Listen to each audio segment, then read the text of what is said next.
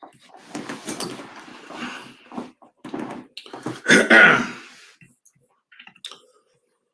الله الرحمن الرحيم الحمد لله رب العالمين وأفضل الصلاة وأتم التسليم على نبينا وحبيبنا محمد وعلى آله وصحبه أجمعين.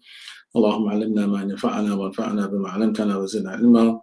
اللهم زدنا ولا تنقصنا وأكرمنا ولا تهنا وأعطنا ولا تحرمنا وآثرنا ولا تؤثر علينا وارض عنا وأرضنا يا رب العالمين. ولا حول ولا قوة إلا بالله العلي العظيم. سبحانك لا علم لنا إلا ما علمتنا إنك أنت العليم الحكيم. السلام عليكم ورحمة الله وبركاته.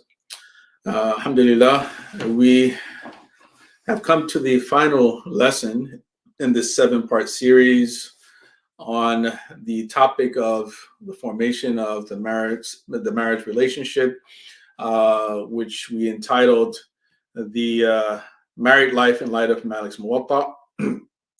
And as promised, this last session will largely be dedicated to your questions, but I do want to go through the final list of hadith in this particular section of the Muwatta of Imam Malik. And this particular section is entitled The Wedding Reception. All right, so we talked about the ways to go about the proposal, the importance of the guardian in the relationship, the importance of the integral nature of the dower, and also the witnesses and the role that the witnesses play in the relationship. Now, of course, we've gone through all of these steps. The proposal was accepted. The marriage was arranged between the guardian and the groom, or the woman and the groom, if you're, of course, a Hanafi. And the people have bear witness to the fact that this particular man has now decided to take on this responsibility of this woman. So now we move towards what we call the walima. The walima we can roughly translate as the wedding reception. The first hadith we want to cover is a hadith which begins saying that Yahya related to me from Malik, from Humayd al-Tawil, from Anas ibn Malik, that Abdurrahman ibn Auf radiallahu anhu came to the Messenger of Allah sallallahu alaihi wasallam with a yellow trace on him. The Messenger of Allah sallallahu alaihi wasallam asked him about it. So he informed him that he was just married. Then the Messenger of Allah sallallahu alaihi wasallam said, "How much did you give her?" He said, "The weight of a nugget in gold." Then the Messenger of Allah sallallahu alaihi wasallam said, "Have a reception even with only one lamb." Now, there are many what we call fawaid that can be taken from this particular hadith. The first issue we want to focus on is the question of the yellow trace. Now, so Abdurrahman ibn Auf, in this case, we know the very important Sahaba among the 10 who were promised Jannah by the Prophet sallallahu alaihi wasallam, or it is said the 10 companions who the Prophet was pleased with them at the moment wherein he died, and he left them in charge of the ummah with the other 9 Sahaba. They were the elders of the community. They were the ones whose task it was to appoint the new leader. And he was also one of the richest companions who had ever lived among the companions. So Abdurrahman ibn Auf, he comes into the presence of the Prophet ﷺ. We have this yellow trace on him. And so it's assumed that this yellow trace was on his clothing.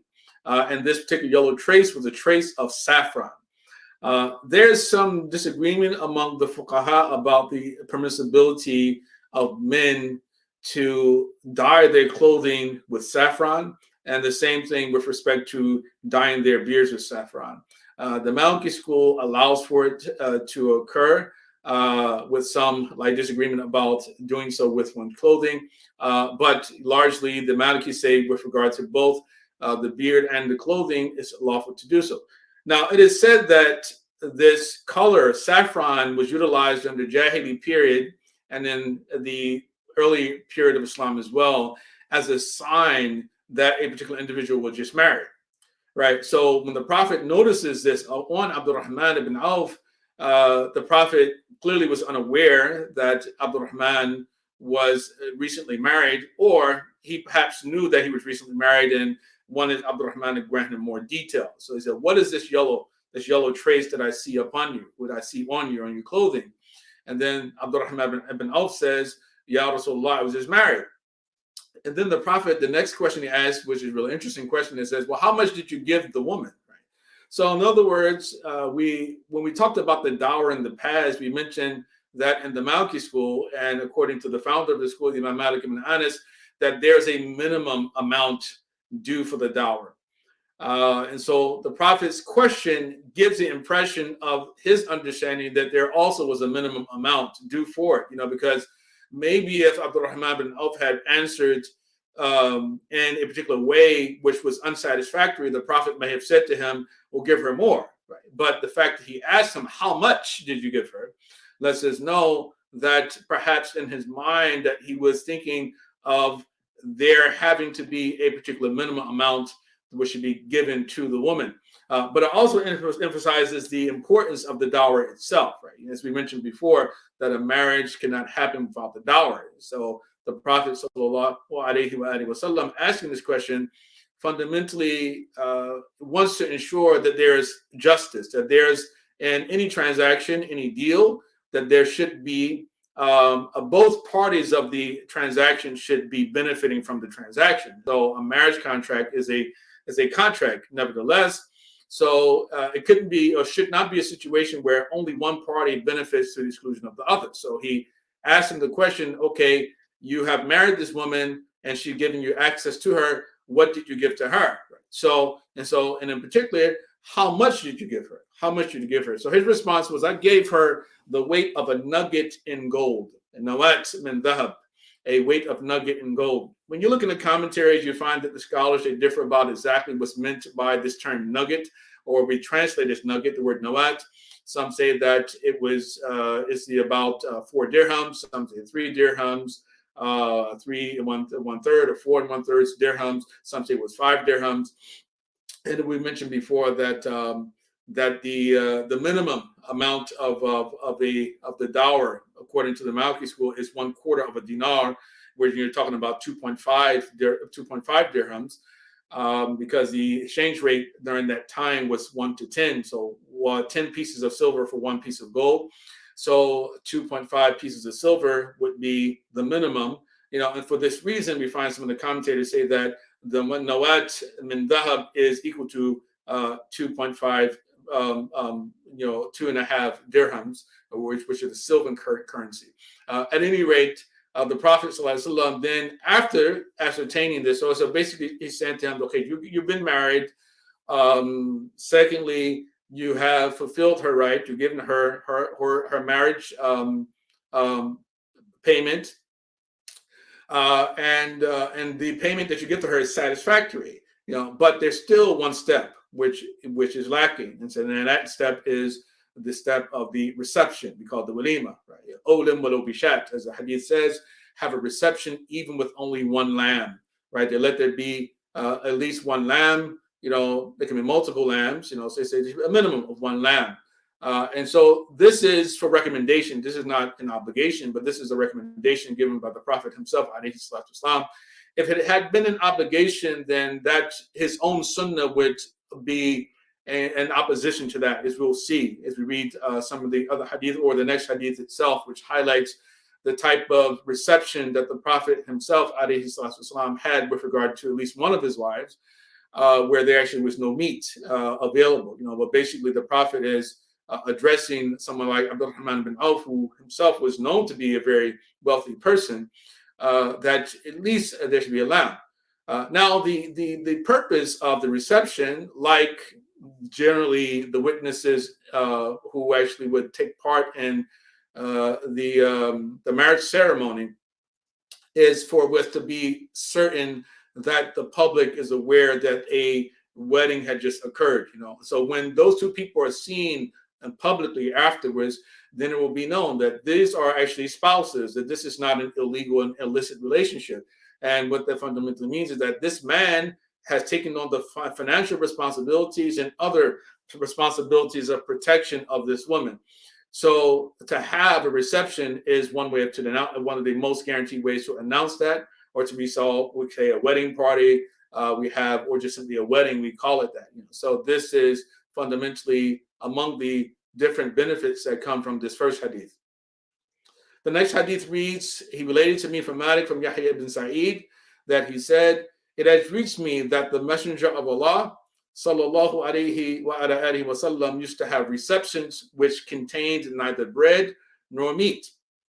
So the Prophet alayhi salatu wasalam himself, when he married certain wives of his, there was no meat there, and then no bread, no meat. But what do you eat? Naturally, you have to ask that question. So how is that a reception if there's no bread and there's no meat? Rather, there would be things, very simple things like, of course, dates, maybe water. There may be what is called sawiq, which is a special type of treat, a special treat that the Prophet ﷺ used to like to eat, which was bread and some other things mixed together with dates. So saying there's no bread is meaning by itself. It's fundamentally what is meant by it. But what's really interesting too here is what it reveals about the status of the Prophet himself, alayhi salatu wasalam. So the Prophet chose poverty. He could have been the wealthiest man of his age. He could have been the wealthiest man in Arabia if he so chose to. He could have demanded from the Sahaba to bring him all the riches that they gathered from the different tribes around him. But the Prophet didn't do so. He chose poverty over affluence. This was a choice on his part. And his wives knew this, that any woman who married the Prophet, ﷺ, they knew that they had to accept to be living in a much less privileged position than other women. Right? And this was really interesting on the pre-modern period. And I think that a lot of times we don't think about this in Islamic context. That in the books of fiqh, and in particular in the chapter of marriage, when they talk about women are divided into what are called the noble and the ignoble woman. And the thing that's interesting about the ignoble woman compared to the noble woman is that the ignoble woman, or the less desirable woman, has more freedom than the noble woman, or the woman who's more desirable in society, right? That particular woman has again, she can even bypass sometimes her own tribe with regard to marriage issues in certain cases, according to the teachings of the school. But the noble woman, on the other hand, is a woman that we would assume that her being noble actually grants her a certain type of access, a certain type of freedom of movement that the normal woman wouldn't have, a certain access to luxury that other women wouldn't have, but she did not. She was not given that type of access. And this is also applicable to the Prophet's family overall. The Ahlul Bayt, the members of the prophetic household, are people who are looked upon as having a greater social status, and even if they are knowledgeable, having even a greater spiritual status than the average Muslim. But they are denied access to certain things that the average Muslim is not denied access to. So for this reason, we can't give the zakat, for instance, to members of the Prophet's family, right? So that's one of the teachings, the basic teachings of Islam, that the members of the Prophet's family, even if they're poor, cannot be given from the zakat. We can give them gifts, but we can't give them from the zakat. So they're less privileged, and they're more protected on top of that. Right. So being more protected and having your freedom limited has, which is an old world or pre-modern world philosophy regarding what things are deemed to be more valuable than others.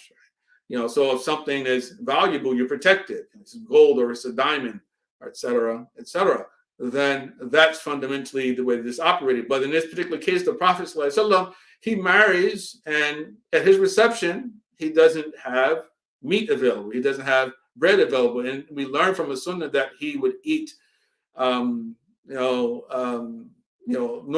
the Prophet would eat dates and water.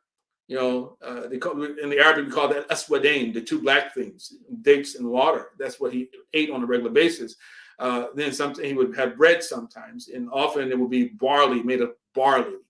And every once in a while he would have meat, right? And the people in those times, they didn't eat a lot of meat as well. So we're very privileged today compared to them, right? So it really gives you a very deep insight into the conditions under which the people in those times lived, right? And perhaps throughout much of human history, we would say. So we have two more hadith. The next hadith says, he related to me, meaning Yahya, related to me from Malik, from Ibn Shihab, from Al-A'raj, that Abu Huraira used to say, the worst food is the food of a wedding reception. The rich are invited to it, and the poor are left out.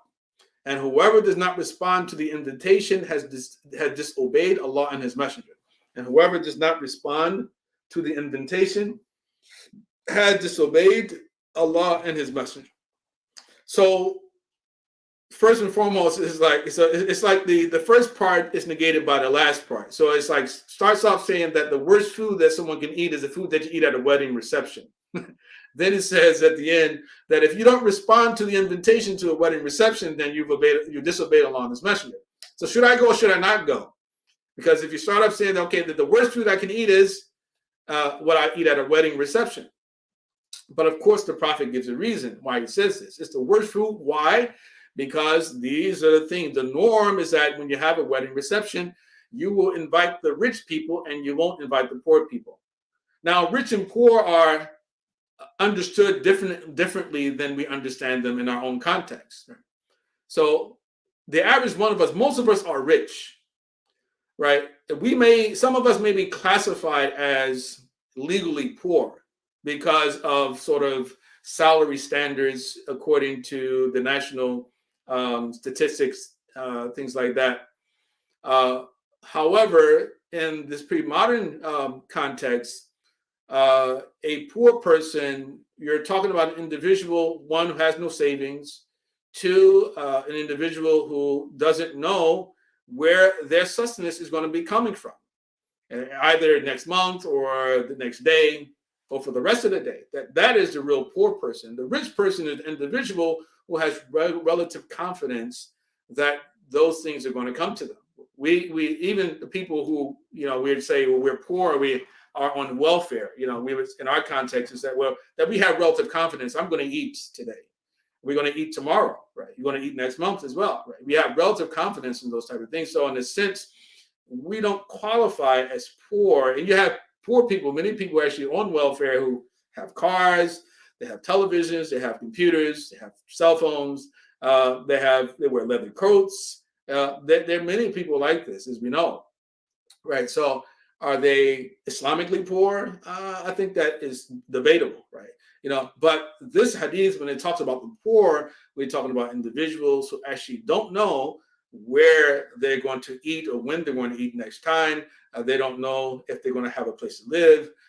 These are individuals who are just simply very uncertain, right? So basically what the Prophet ﷺ is doing here is teaching the ummah that although the only monetary obligation that we have in Islam is the zakat, that we have a moral obligation to take care of our poor people.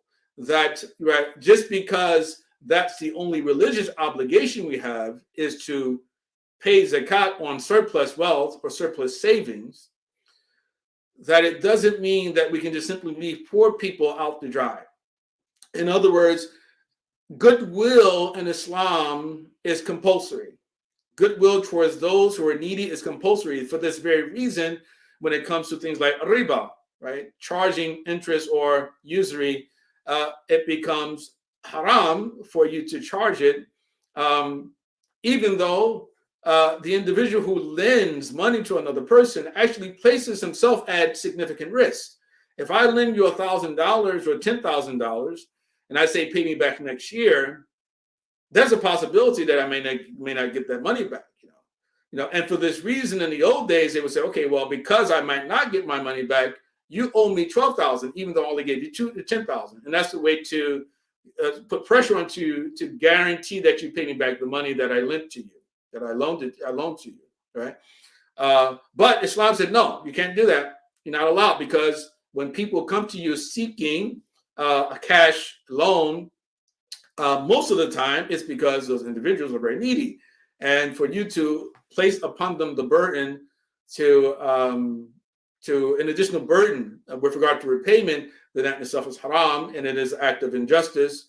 And especially when you multiply it, you double it over years when the individual is late in their repayment of the debt, right? So goodwill is compulsory in Islam, right? It's goodwill to it is something which is becomes a religious obligation too, right? So in this case, so the worst food that one can eat is the food of the reception. Because of what? Because in receptions, usually people will only invite the well-to-do, and they would not invite the poor. The well-to-do were people often, listen, they don't need the food. But the poor people, they do need the food, right? So why should it invite those who don't need? And then sometimes those people who not only don't need it, but they don't even want to come. Sometimes they may not like you, right? And so I don't want to even come to you. Why would I want to come to your wedding? Right? You know, I don't like you, right? Yeah, but you invite them anyway. You know, but the poor people are not invited.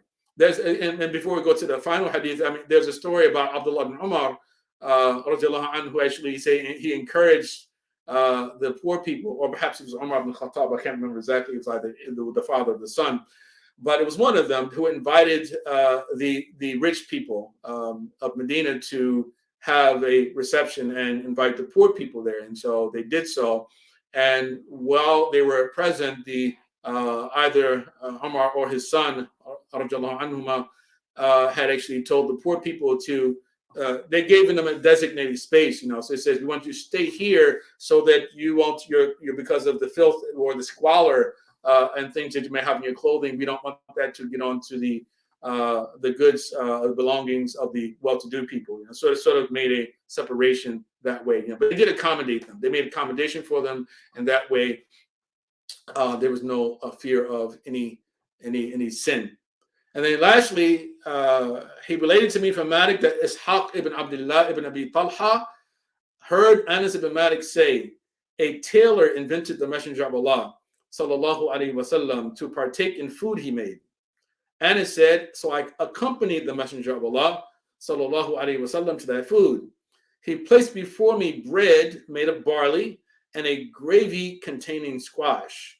Anas said, then I observed the Messenger of Allah sallallahu alaihi wasallam going after the squash throughout the dish, and I have not stopped loving squash since that day. Right. So this hadith is there are a couple of benefits that come from this hadith. I mean, one, with respect to the practice of being a seamstress or a tailor, then that tailoring is a valid profession. You know, even though in a situation as like a tailor, generally what they would do, they would request advance payment, partial advance payment, and then the rest of the payment after the work is done. And that itself is an exception from the basic rule of Islam against selling something which is non-existent.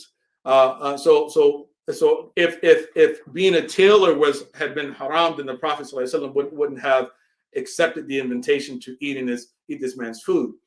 So the Prophet ﷺ, he came to this man's home and he ate his food. And you hear bread made of barley bread and a gravy with squash in it. And noticing that the Prophet ﷺ, he would follow the squash inside of the dish because he loved it so much. And Anas bin Malik, this is the first time him noticing this. He said since that day he started to love eating squash because the Prophet ﷺ, he himself loved eating squash. Now, what's interesting about this hadith is that in the outwardly it can seem like it contradicts the basic teaching of the Prophet Muhammad sallallahu alaihi wasallam that if you have food in front of you, you should always eat what's in front of you. You know, he told the young boy, Samillah, kul bi yaminik wa kul mimma yalik. Say Bismillah, eat with your right hand, and eat from what is right in front of you. You know, but in this case, the Prophet ﷺ, he's following the squash in the dish. How do we reconcile these two apparent contradictions? Well, we reconcile it by stating that the hadith, when the Prophet was teaching the proper adab of eating to this boy, this young companion, that fundamentally this is when the dish contains items which are all the same, right? So if everything in the dish is the same, then you eat from what's in front of you, right? But if things in the dish are different, it is okay for you to sort of jump over where you are and to reach another dish which is on the same bowl or same plate, and you see that they're sharing the same dish together. So some say one of the benefits or the benefits of this hadith as well is that it teaches how the Prophet ﷺ, in his awareness that the companions were constantly trying to take blessedness or blessing from him, it's a barak bihi, that he moved his hand throughout the dish so that those who are partaking in the meal, they also could benefit from the blessing of the places where he touched, or perhaps even where his saliva perhaps even touched as well, because even saliva is his prophet's saliva was even blessed, right? It was blessed by Allah subhanahu wa ta'ala, right? So squash was one of the favorite types of dishes of the Prophet, and it teaches you too that that you can have at a reception, something very simple, right? It all depends on your means. You do it according to your means.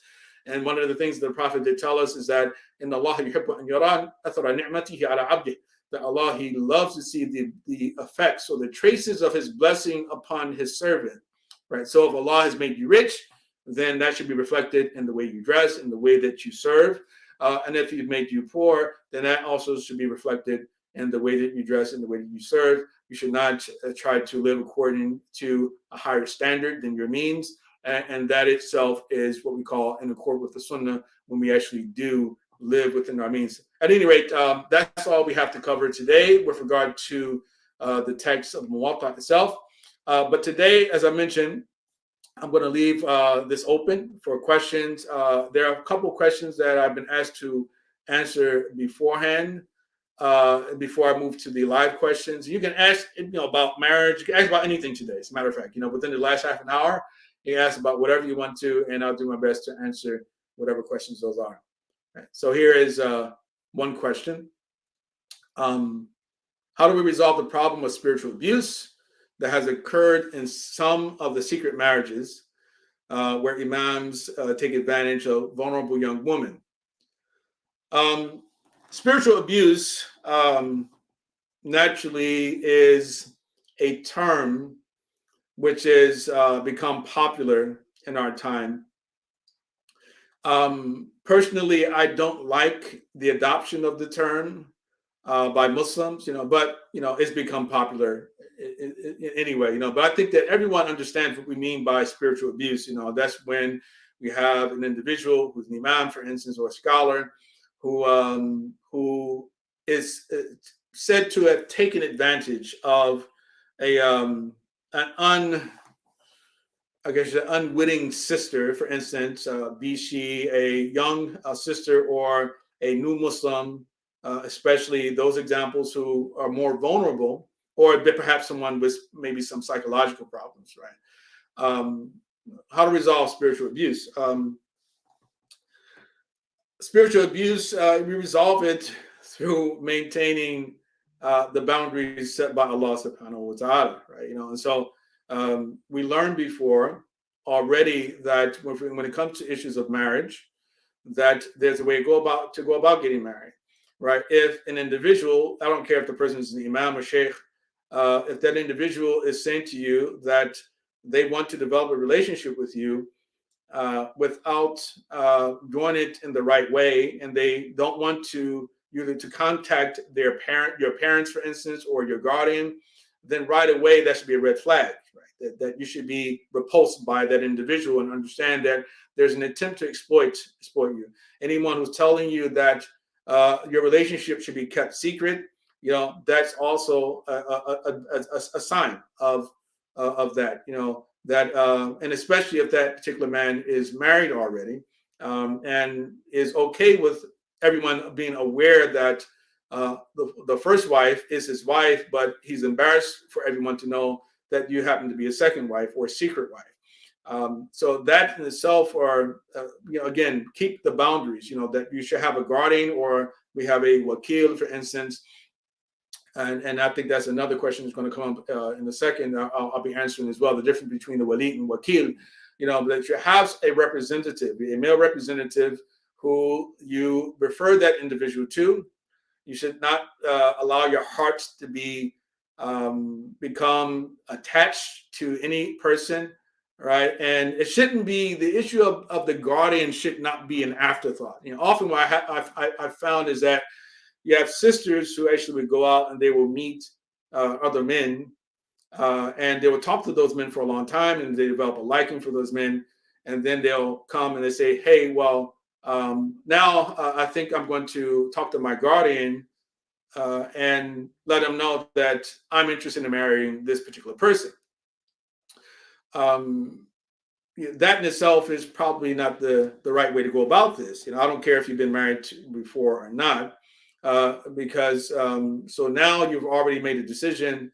And what if I say no? Right? What if I'm your guardian and I say, no, I don't want you to marry that person? Right? Are you going to obey my wishes? Or are you going to just simply disregard them? Right? So the guardian's role is not just simply formal. It's not just simply a formality. That the guardian is there to protect you from the beguiles of men. Right? Men know men better than women. Women know women better than men. Right?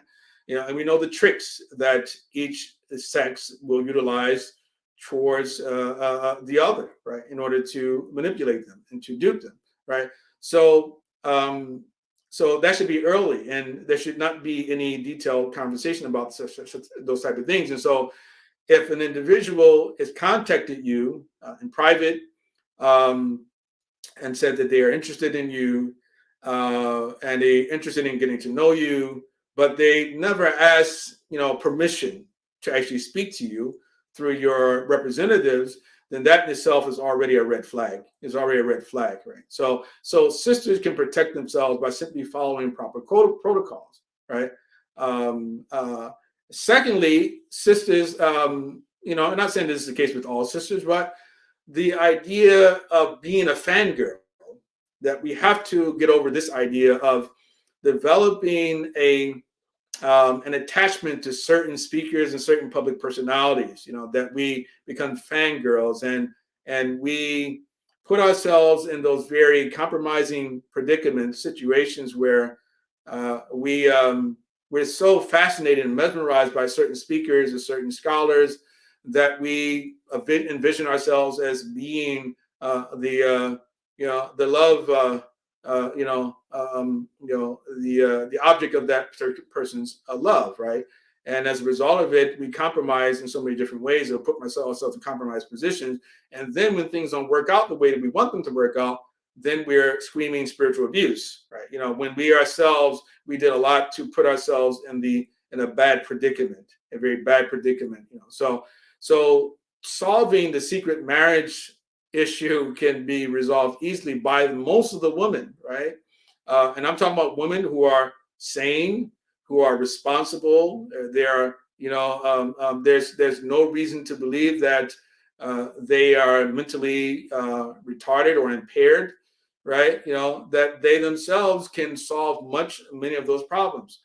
With regard to the imams and the scholars who do that, then I think masajid have already taken certain measures to try to curtail this particular practice. That sometimes masajid have fired imams.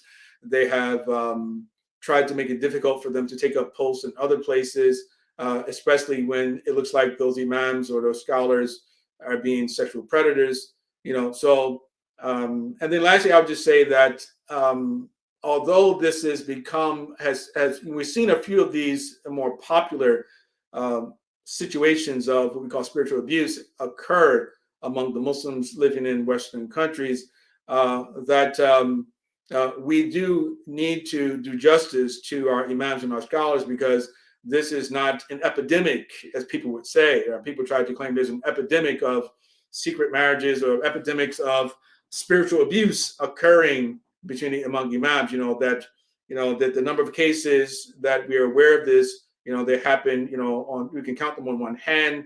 And we're talking about egregious violations, right? We're not talking about just simply a situation where an imam decided he wanted to get another wife, and perhaps you didn't allow or share that information with the community, that's a different story altogether. That in itself is not an example of what we call spiritual abuse. That's just simply an example of a man getting a second wife and just the community not being okay with it, even though our community is okay with promoting LGBTQ lifestyles, unfortunately. So the difference between the wakil and wali. Now, the difference between the wakil and the wali is that the wali, for the most part, is a blood relative. Usually your wali is your father. If you've been married before and you have a son who is an adult, it can be your son, maybe your uncle, maybe grandfather, and then sometimes it can be your cousin, right? If the others are absent. So usually you're talking about a blood relative. The non-blood relative is usually the one that we call the wakil, even though in the books of fiqh, the sultan, for instance, or the judge, the local judge, are placed under the category of the awliya, of the guardians as well, in the absence of the blood relative. We call the al-wali al-am, al-wali al-khas, the specific or the special wali, as opposed to al-wali al-am, which is a reference to any non-family member among the Muslims. So wali, any person who's responsible for marrying a woman off can be referred to as a wali. And just wakil has become somewhat common, especially among convert communities. But to refer to a non-relative as a wali is actually not a mistake.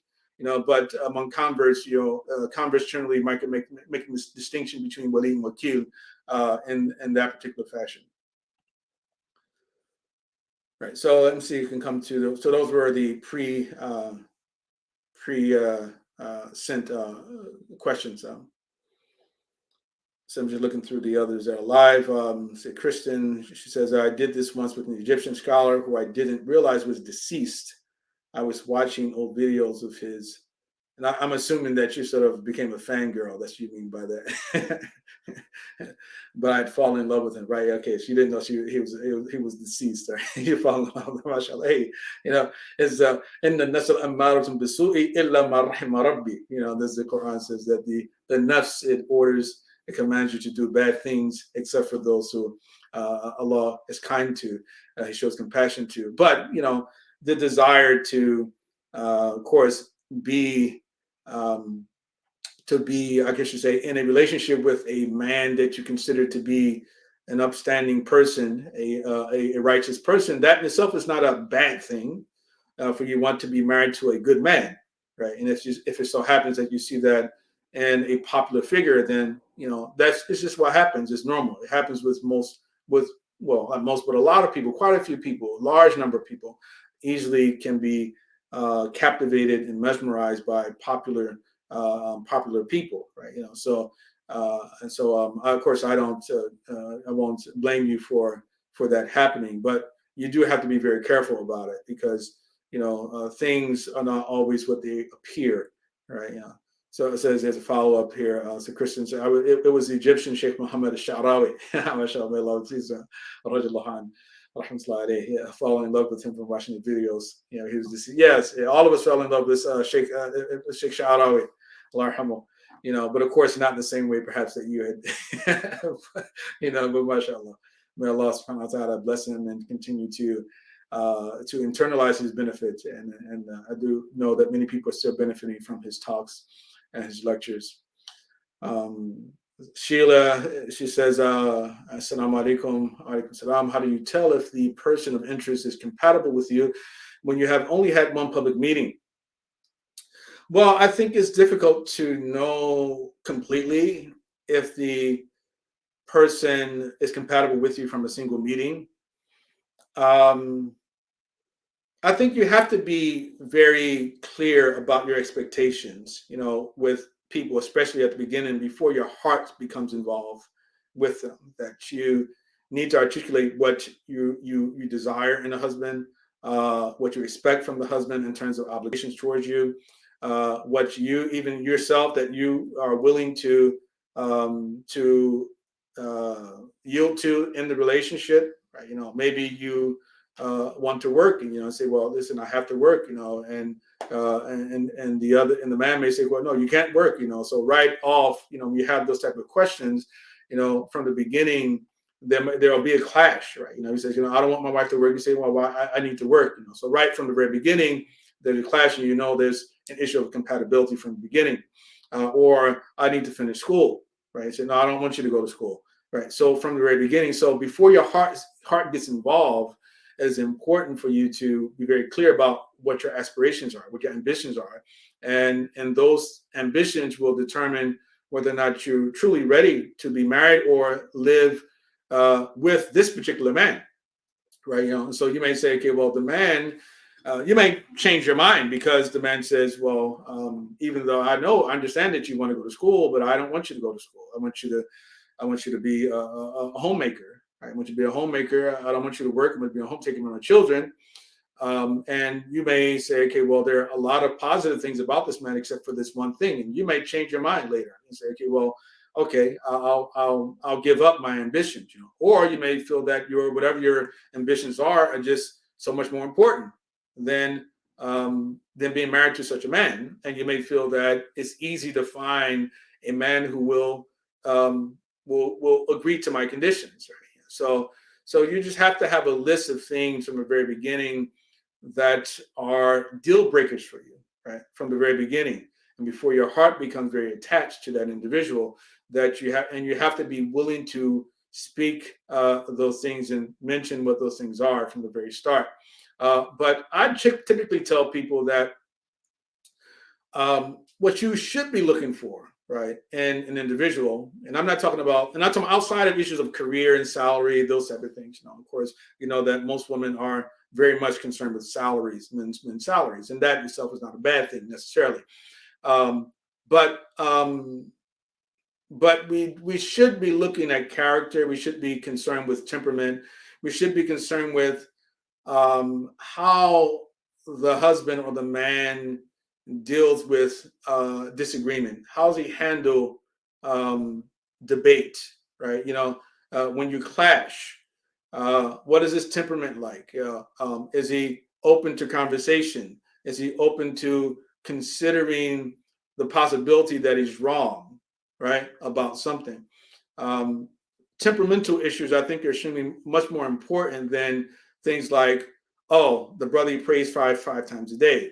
Oh, the brother, he has a good job, right? And prayer is, and I'm not saying that to say that prayer and having a good job are not important things. They are important, but they are essential. These are basic issues, right?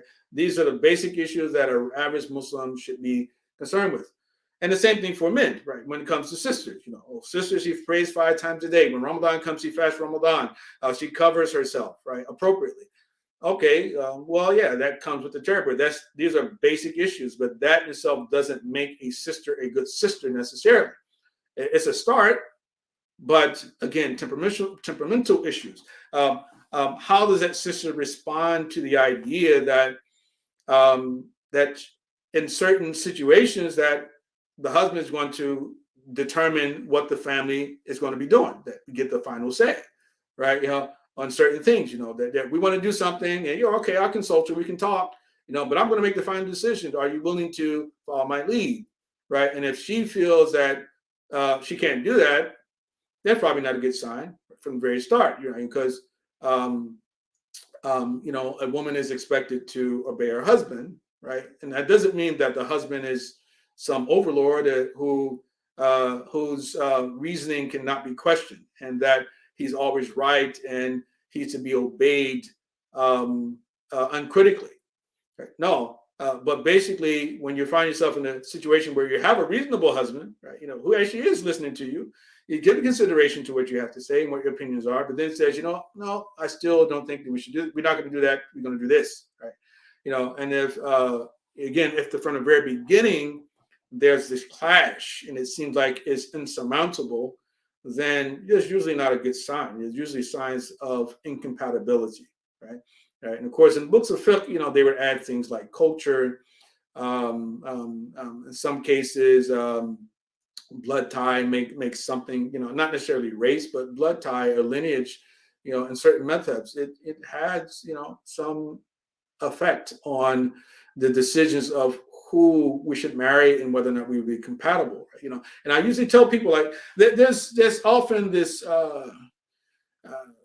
people are constantly railing against, we call the immigrants, quote unquote, and they'll say, okay, well, they don't want to marry the immigrant Arab guy, the Pakistani guy didn't want to marry me his daughter, so that proves they're racist. And I said, well, yes, maybe not. Yeah, maybe they're racist, maybe not, but it's not necessarily proof to me that they're racist because they want to marry their daughter to you. Because one, I don't know why they don't want to marry their daughter to you in particular. I don't know. Maybe there's something about you, right, as an individual, right, that makes them not want to marry their daughter to you. Maybe you work at McDonald's, right, and they want to marry their daughter to somebody who had a better job than that. Maybe you're a construction worker, and that's nothing wrong with being a construction worker. They may not feel that that's an honorable enough profession, right, for them. That you work with your hands. They might want you to be an engineer, be a doctor, be a lawyer. The things like that.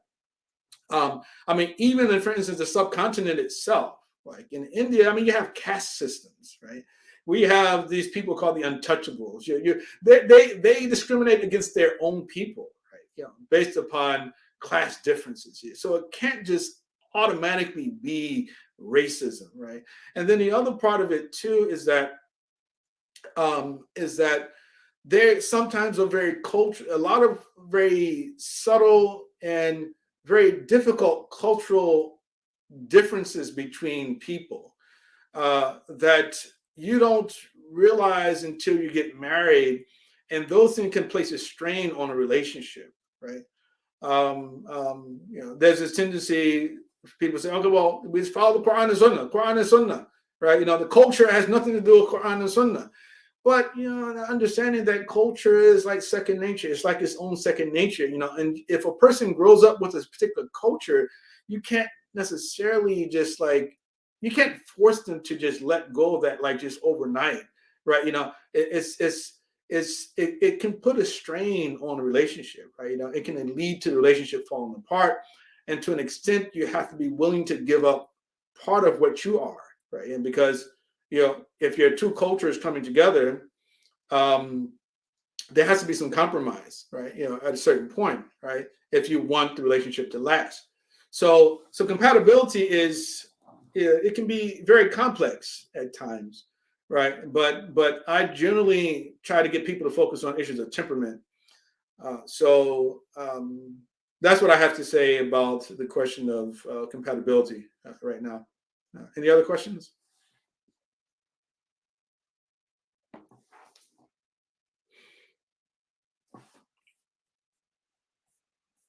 Again, you can ask about anything. It doesn't have to be related to marriage. We have about 10 minutes left.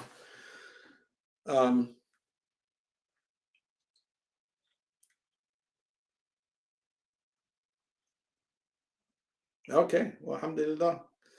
All right. Well, looks like that's all we have, and appreciate everyone attending. Please do support Lamppost Education Initiative. I'm going to now turn things over to Brother Khalil, and inshallah, he's going to give again some concluding words once again. But may Allah subhanahu wa ta'ala bless you as we move into the new season, the fall, the new school year, and may Allah subhanahu wa ta'ala continue to protect everyone from any harm and make you all strong physically, spiritually, and increase your knowledge. Barakallahu feekum wa sallallahu ala sayyidina Muhammad wa ala alihi wa sahbihi wa sallam. Assalamu alaikum wa rahmatullahi wa barakatuh. Once again, we'd like to thank Dr. Abdullah bin Hamid Ali for his excellent presentation on marriage. These sessions are going to be on our website. You can go to lamppost.org to find some of these sessions and that we have had on marriage, inshallah. And you can also take a look at some of the other seminars and courses that we now have online. They are available here at the address, the website address that you see below. We're going to do some editing on this series, on the series that Dr. Abdullah has just completed, and you'll find it in the same section where you find these courses here. We'd like to once again encourage you to support the Lamppost Education Initiative. The Lamppost Education Initiative needs your help to continue some of the programming, workshops, and seminars that we are currently doing. I'd like to announce that in October, around October the 1st, we're going to be having a special Quran conference for teenage youth. And it's going to be held in Atlanta, Georgia, at a space called Indian Springs. It's a very beautiful campsite with excellent water that you can get, that a lot of people drink for medicinal purposes, but is a very excellent camp. And at this camp, we're going to feature Ustaz Noah Sanders, who's going to be teaching us how to get closer to the Quran and bringing this to our youth, because that's another focus that now we see as very important at the Lamppost Education Initiative, to introduce our youth to the Quran and also introducing adults to the Quran. So please support the Lamppost Education Initiative. We're going to have a lot more information coming in the next few weeks about this and other programs, seminars, workshops that we are working on doing. And again, we ask that you support the Lamppost Education Initiative by way of your donation. Alhamdulillah, please go to our website and you'll see a section for donations. But we would also like you to engage and benefit from a number of the excellent classes, courses, and seminars that have been taught by Dr. Abdullah bin Hamid Ali, Dr. Khalid Yahya Blankenship, and other scholars that we have on the Lamppost team. Okay, so benefit from the courses that we have, the seminars that we have. They are very unique, and they are designed to help Muslim Americans and English-speaking Muslims understand a lot of the issues that confront us in our cultural realities, and to make us more aware of how our Islamic tradition relates to these realities. So that's something that we emphasize, and we encourage that you take advantage of the numerous courses that we have and will be having in the upcoming future. But please support Lamppost in this way. And I would also ask that you support the Lamppost Education Initiative in terms of some of our latest works, including this book, The Muslim Funeral Guide. It's a small book, but it has a lot of helpful, inspiring information in it for anyone that's trying to understand the Muslim janazah, the spiritual aspect of life and death, but also some practical things for your non-Muslim relatives. So your non-Muslim relative can benefit from this book by learning some of the perspectives that Muslims have about life and death, but also understanding if you pass away, your loved one will have access to something that will explain the various procedures, the janazah prayer, the burial that Muslims go through. And it's also like a last minute appeal that, your non-Muslim relative, if they have control of your body, that they will use this book as a guideline to respect your wishes to be buried as a Muslim. And also it has a will, an example for a will, so you can protect yourself and ensure that you are buried as a Muslim. So this short book, this small booklet has a lot, and it contains a lot. And we encourage that you go to the website that you see there under Muslim Funeral Guide and get that book. I would also encourage that you pick up this book, Islam and Economics, because we do so little study on economics. We do so little study on the relationship between Islam and economics. And this book is an excellent primer to help you understand some of the basic concepts related to Islam and economics, economic theory, markets, morality, justice, injustice, capitalism. This book contains some of those things. It's written by our brother Ali Salman, and a foreword has been written by Dr. Abdullah bin Hamid Ali. So you definitely want to pick this work up. It's available on our website at the address that you see. So once again, we'd like to thank you for participating in this excellent course on marriage. It will be available online very soon. You can take a look at some of the previous classes on our website.